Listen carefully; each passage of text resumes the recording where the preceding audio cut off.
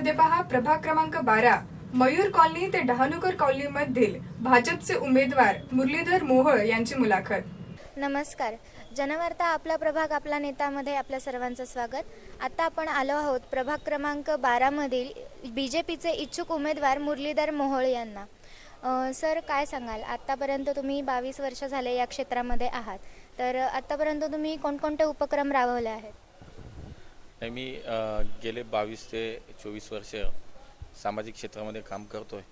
त्याच्यामध्ये भारतीय जनता पक्षाच्या संघटनेच्या माध्यमातून संघटनेचा पदाधिकारी म्हणून अनेक उपक्रम केले।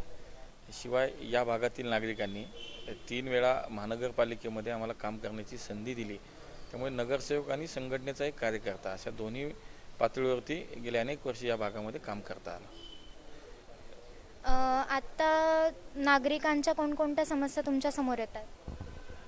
गेले 3 टर्म या ठिकाणी नगरसेवक म्हणून काम करत असताना 2 वेळा मी आणि एकदा माझी पत्नी यांनी महानगरपालिकेमध्ये या भागाचं प्रतिनिधित्व केलं।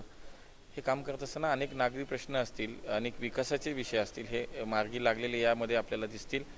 त्यामुळे बऱ्यापैकी नागरी समस्या या भागातल्या सुटलेल्या आपल्याला दिसतील आणि भविष्यातले अनेक विषय जे केवळ एक वॉर्ड म्हणून नाही तर एक शहर म्हणून आपल्यासमोर जे उभे आहेत, त्यामध्ये मेट्रोचा विषय असेल, त्यामध्ये कचऱ्याचा प्रश्न असेल, सार्वजनिक वाहतूक व्यवस्थेचा विषय असेल, असे अनेक प्रश्न जे आहेत जे पुणेकरांच्या जिव्हाळ्याचे प्रश्न आहेत। यामध्ये अगदी माझा पक्ष चांगलं काम करतोय।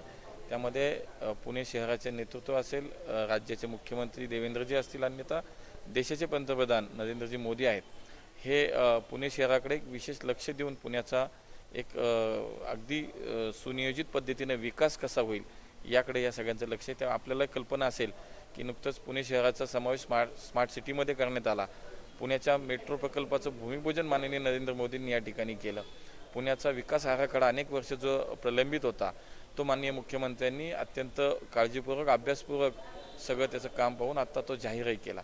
त्यामुळं पुणे शहराचे जे ज्वलंत प्रश्न आहेत, पुणेकरांचे जे नागरी प्रश्न आहेत, त्यामध्ये भारतीय जनता पक्ष म्हणून अत्यंत चांगल्या पद्धतीनं काम आम्ही करत आलो आणि या पुढच्या काळामध्ये पुणे शहराची सत्ता भारतीय जनता पक्षाच्या हातामध्ये आल्यानंतर पुण्याचा महापौर भाजपचा होईल अशी आम्हाला खात्री या ठिकाणी वाटते आणि त्या माध्यमातून अनेक प्रश्न हे वॉर्ड स्तरापासून शहर पातळीवरचे अनेक प्रश्न हे नक्की सुटतील असा विश्वास आम्हाला या ठिकाणी वाटतो। आता साधारण आपण 2दा नगरसेवक राहून गेला आहात आणि आता आपण परत नगरसेवकाच्या पदासाठी इच्छुक आहात, तर लोकांनी तुम्हाला परत निवडून देण्यासाठी तुम्ही अजून काय काय कराल? मी 2 वेळा नगरसेवक झालो, माझी पत्नी एकदा नगरसेवक झाली आणि आम्हाला वाटतं की गेल्या अनेक वर्षाचं या भागातलं आपलं सामाजिक आणि विकासाच्या दृष्टीने केलेलं जे काय काम असेल आणि म्हणूनच मला असं वाटतं की गेले 3 वेळा आम्हाला या भागातील नागरिकांनी निवडून दिले, ती आमच्या कामाची पावती आहे।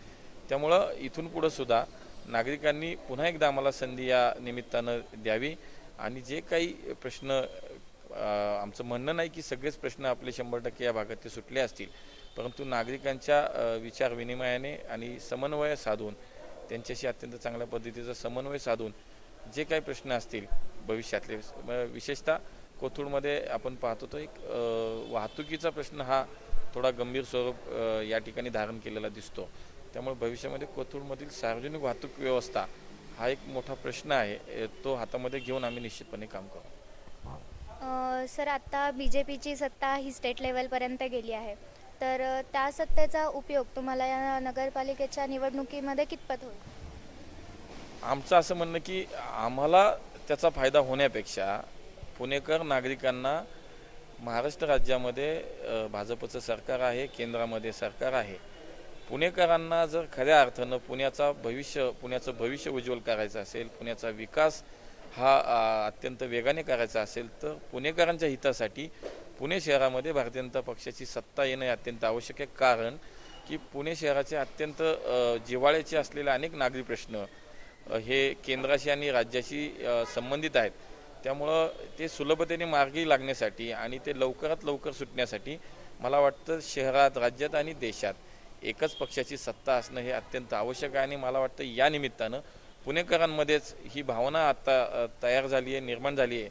अनेक ठिकाणी आम्ही जेव्हा फिरतो, नागरिकांशी संपर्क करतो, तेव्हा नागरिकच बोलतात की आता मात्र पुण्यामध्ये जर सत्ता भाजपची आली तर अनेक वर्ष प्रलंबित असलेले पुण्याचे जे काही प्रश्न आहेत, जे राज्याशी आणि केंद्राशी संबंधित आहेत, ते सुटण्यास निश्चितपणे मदत होईल आणि म्हणूनच यावेळी पुणेकर नागरिक हे मोठ्या प्रमाणामध्ये पुणेकर नागरिक हे भारतीय जनता पक्षाला समर्थन देतील असा आम्हाला विश्वास वाटतो. आता मोदींनी सगळ्यात मोठा निर्णय घेतला होता नोटाबंदीचा.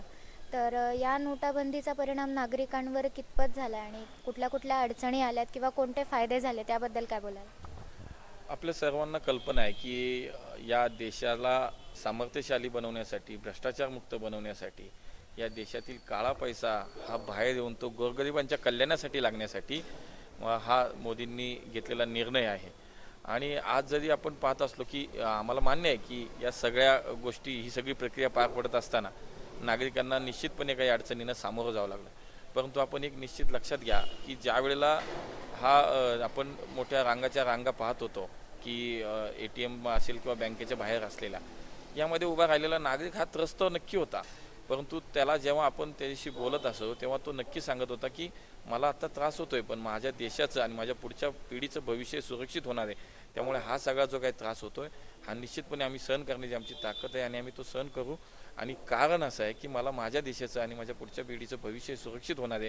त्यामुळे आम्ही मोदींच्या निर्णयासोबत आहोत, हेही लोक सांगत होते. आता 2017च्या निवडणुकीसाठी आपण उभे आहात, तर तुमचा सगळ्यात स्ट्रॉंग कम्पॅटिटर कोण असेल असं तुम्हाला वाटतं? नाही, तसं तुम्ही आता नुकतेच लोकसभेच्या निवडणुका झाल्या, विधानसभेच्या निवडणुका झाल्या आणि ग्रामीण भागात विशेषतः ज्या आता नगरपालिकांच्या निवडणुका झाल्या त्याच्यामध्ये आपण पाहिलं असेल की भारतीय जनता पार्टीला निर्विवाद आज यश या ठिकाणी प्राप्त झालं आहे. त्यामुळे पुणे शहरामध्ये सुद्धा नागरिकांचा उत्स्फूर्त असा पाठिंबा भारतीय जनता पक्षाला मिळतोय. त्यामुळे फार काही स्पर्धा आम्हाला या भागामध्ये कोणाची असेल असं वाटत नाही. नागरिक खूप मोठ्या प्रमाणात आमच्या सोबत आहेत आणि त्यामुळं जो कोणी असेल त्याच्याशी निवडणूक लढूया. सर, आता सामान्य जनतेचं मत राजकारणाकडे बघण्यासाठी दृष्टिकोन त्यांचा खूप जास्त बदलला आहे. तर तुम्ही 22 वर्षापासून राजकारणाच्या क्षेत्रात आहात, तर राजकारण नेमकं काय असं तुम्ही लोकांना काय सांगाल? राजकारणाकडे पाहण्याचा दृष्टिकोन आपण आज नाही, गेल्या अनेक वर्षापासून पाहतो की सर्वसामान्य नागरिकांमध्ये राजकारण आणि राजकारणी याच्याविषयी फार काही चांगलं मत असतं असं नाही. परंतु या देशाला ज्या वेळेला नरेंद्र मोदींच्या रूपानं एक नेतृत्व मिळतं, राज्याला ज्यावेळेस देवेंद्र फडणवीसांसारखं एक स्वच्छ आणि प्रामाणिक नेतृत्व मिळतं, त्यावेळेला निश्चितपणे या राजकारणाची आणि राजकारणी व्यक्तींच्याबद्दलची व्याख्या ही बदललेली आपल्याला जाणवते. आणि त्यामुळं हे सगळं भविष्य काळामध्ये राजकारण हे अत्यंत त्याच्याकडे पाहण्याचा दृष्टिकोन नागरिकांचा अजून बदलेल असा विश्वास वाटतो.